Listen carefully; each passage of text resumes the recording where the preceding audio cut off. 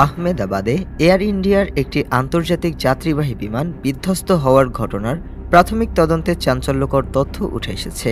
সেখানে বলা হয়েছে, দুর্ঘটনার ঠিক আগে বিমানটির দুটি ইঞ্জিনে হঠাৎ করে জ্বালানি সরবরাহ বন্ধ হয়ে যায়। ফলে মাঝাকাশেই নিয়ন্ত্রণ হারায় বিমানটি।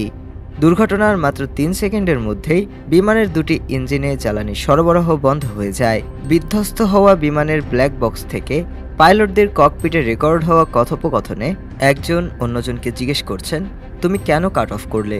আরেকজন উত্তরে বলছে, আমি এমন কিছুই করিনি, যা পরিস্থিতির আকস্মিকতাকেই প্রমাণ করে। তদন্তে এখনও নিশ্চিতভাবে কিছু বলা হয়নি। এটি মানবিক ভুল, কারিগরি ত্রুটি কিংবা কোনো ইলেকট্রনিক ত্রুটির ফল।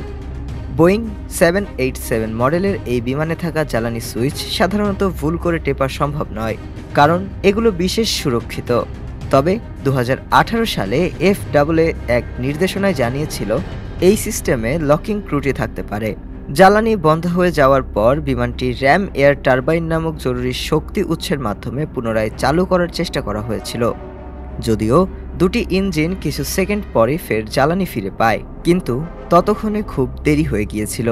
বিমানটি ততক্ষণে নিরাপদ উচ্চতা ও গতি হারিয়ে বিধ্বস্ত হয়।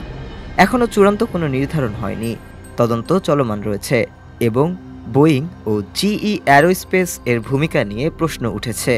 এ ঘটনায় আন্তর্জাতিক বিমান নিরাপত্তা নিয়েও নতুন করে উদ্বেগ দেখা দিয়েছে। ডেস্ক রিপোর্ট, আজ বার্তা।